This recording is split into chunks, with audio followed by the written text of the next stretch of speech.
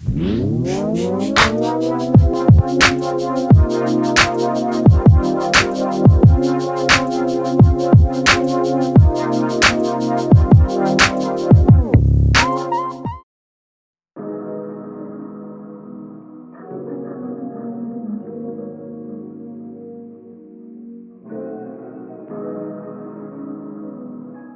afternoon, everyone. This is me, Deane again, from Cheetah's Gym and Combat Nutrition.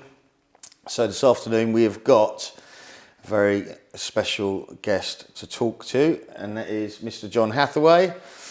So myself and John have been working together, well, it goes back, what, 10 years ago? Over 10 years. Yeah, just over 10 years. So with helping John with his nutrition for weight cuts for his fights in the UFC. So, John, how are we doing?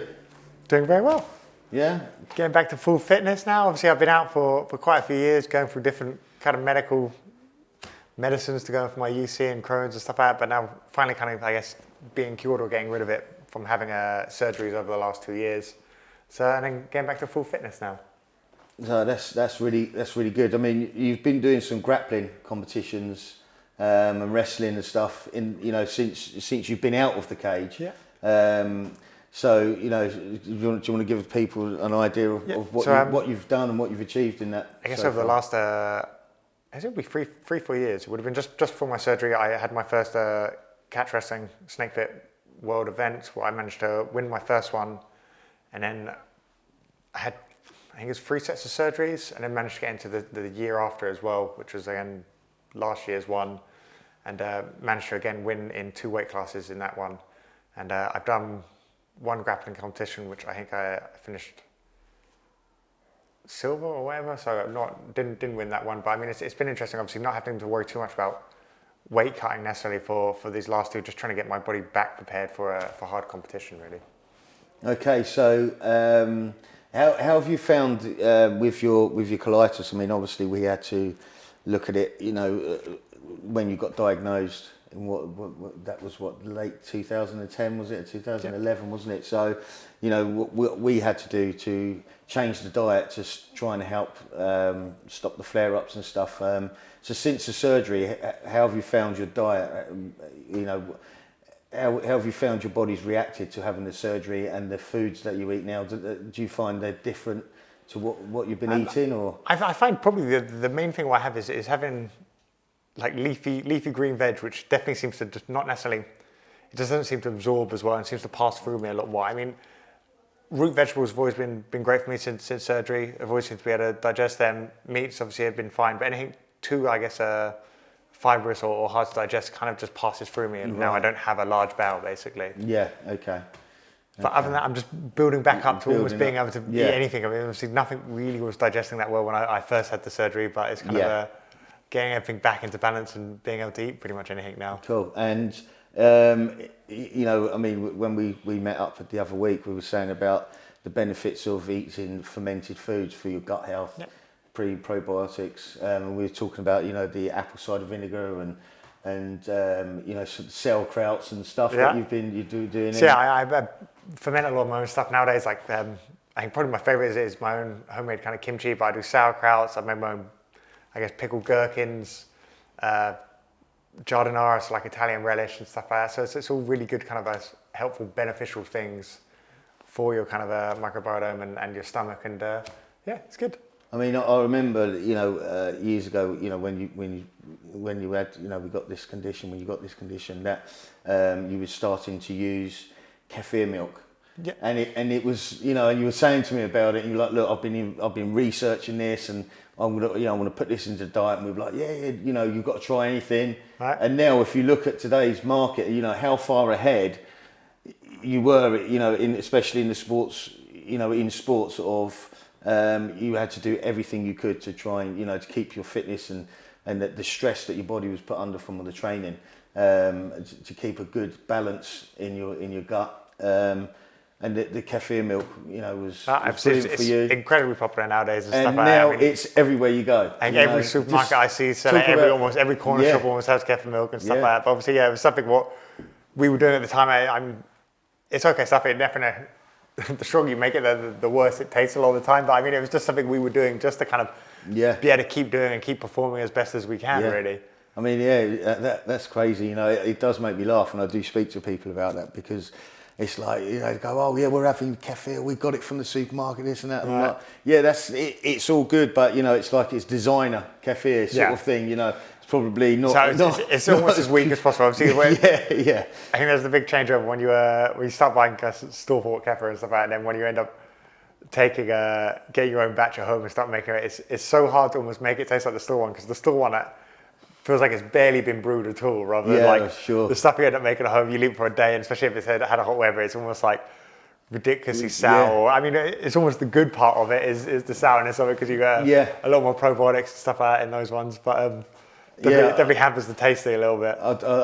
There's a Polish shop just it's opened up at the road, and my other half, she said, oh, I've got this kefir milk, it was like really cheap, £90. I was like, okay, and then you pour it in a glass, and it's like gloop, and it's like one mouthful. I was like, nah. that is harsh. I've had a little play around with. Obviously, there is water kefir as well as milk kefir. I've still got obviously always my milk kefir, which I've had for God knows how many years now. Like, that's probably 6 years or something now. But I mean, I've had it a couple of times where I've brewed it with like coconut milk, and they've been alright. But I said every so often you kind of need to, after a week of that, you need to refresh it and get back in with some obviously some whole milk as well, just because it definitely prefers whole milk over that. But I mean, kind of kefir coconut milk's all right. Doesn't taste too bad either. All good.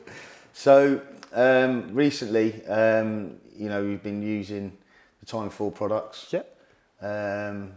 You know, we were just saying before, you know, before we started filming that about the test supplement that you know recently you used that, and it's helped you push your weight back up, because obviously, you know, pre-illness, you used to walk around at sort of 94 kilos. So I'd easily be at 90 this kilos guy used to cut to 77 kilos. But again, it was mental. Hey, it's funny, because you always come careful, because obviously it sounds like it is a large number, dropping down from say like 90s to 77, but it was always done in a gradual process. Exactly. You know, it's not, we never really used to cut more than say 10 pounds or 4 kilos of water weight. No, that's right. So it was always brought down over time.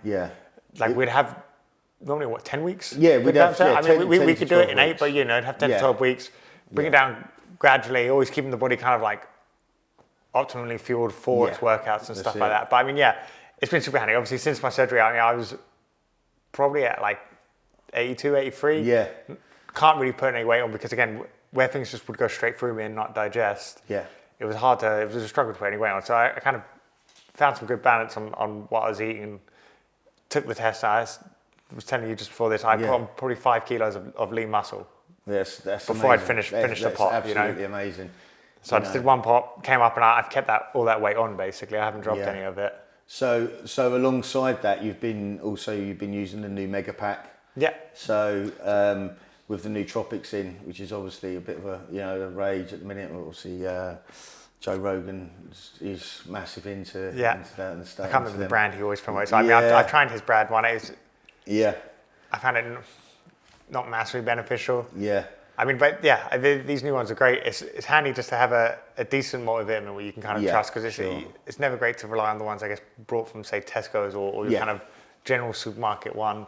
The fact that it's got your omegas in as well, and the nootropics is just an extra bonus basically on top of it. Yeah, definitely. I mean, you know, I've started using them, and I must say I feel like I get a little bit of a extra oomph. You know, I think throughout the day, it's just for a standard package for regardless whether you're an athlete or kind of normal person, because I get asked this a fair bit. I generally think you should have something like that, like a good solid multivitamin and mineral. An omega and a joint supplement should just be your basic standard one. You know, a whey protein for me works fine. Obviously, some people need a vegan protein or plant-based protein, but just having those kind of 4 things is just every person should almost have, because it's just going to make your body perform and run better, even if you're not having to perform for a sport, just for everyday kind of life. You know? So talking about the whey protein, obviously it's I know that it's different to any other sort of product, of the fact that there's not so many fillers and gums and stuff that Time4 use in there, and it seems to be not as thick, and the consistency is good. Easily digested. You know, you've got your different, you've got your whey isolate, concentrate, you know, egg white in there, milk protein. So obviously the flavours are amazing as well. So what is your favourite flavour at the moment? Because I mean, there's a lot of good one. There was a caramel one a little while ago, which was fantastic. The toffee crumble. Toffee crumble. For me, if you're going to have just one as a standalone, the toffee crumble one. For me, at the moment, I have the vanilla, coconut vanilla. Because I have that with my porridge in the morning. So kind of that works best, I think, with porridge. And then I have a post-recovery one as well. So the two what I generally take is just the straight whey and the post-recovery one for after workouts. Brilliant. And both of them just spot on, basically. Good. And you mentioned about using the joint supplement as well. Obviously, that's got a very high level of curcumin in, which is a just helps stop the inflammation and stuff like that. So it's the kind of refined form of turmeric. So then it's got glucosamine and the sulfates in as well. So they come out. I don't know if it's got MSM, but regardless, it's just it's a powerful formula for just keeping joints healthy and supple, basically. Which again, even if you're not doing any sporting activity, it's just it's a good essential part. Yeah, exactly. I mean, you know, I had a story with my granddad. He was on his 80th birthday. I gave him some Joint Pro for as a present, and he couldn't close his hands. Like for years, he couldn't make a fist, and within about 3 weeks, he was like, "These absolutely amazing products." So, you know, they are very, very good, aren't they? So, certainly, and it's one of just funny thing, until you start taking it, you don't know what it's like without it. You know, he's probably was used to just living with not being able to close his hands. Exactly. So amazing. So going forward, training.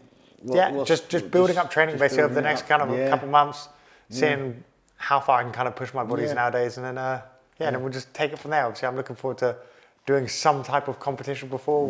What level it will be at will kind of be dependent on what my body can handle over the next couple of months, really. Sure. And there's a few big fights coming up in the UFC this year. Which one stands out? Which one sort of excites you?